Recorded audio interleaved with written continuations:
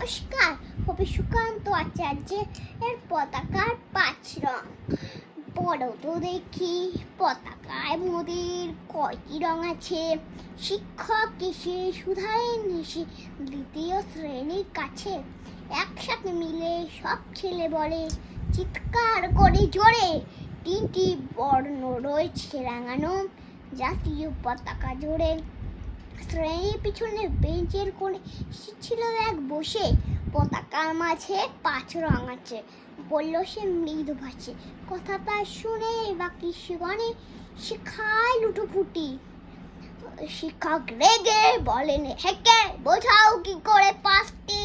মাথা নিচু করে ভয়ার্ত স্বরে সরল শিশুটি বলে, ওপরে গেরুয়া, মাঝখানে সাদা, সবুজ আছে তার তলে, আর আছে আঁকা গোলাকার চাকা, নীলে রং আছে এতে।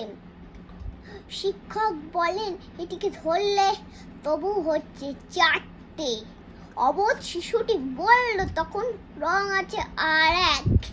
লাল লাল চুপ দাগ দেখা যায় ওই পতাকার মাঝে।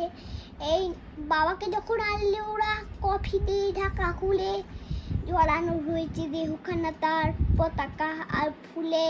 রক্তি দাঁড়িয়ে ছিল লাল ছোপ ওই পতাকার মাঝে। এই নিয়ে মোটে হলো 5টি, এইবার তো ঠিক আছে।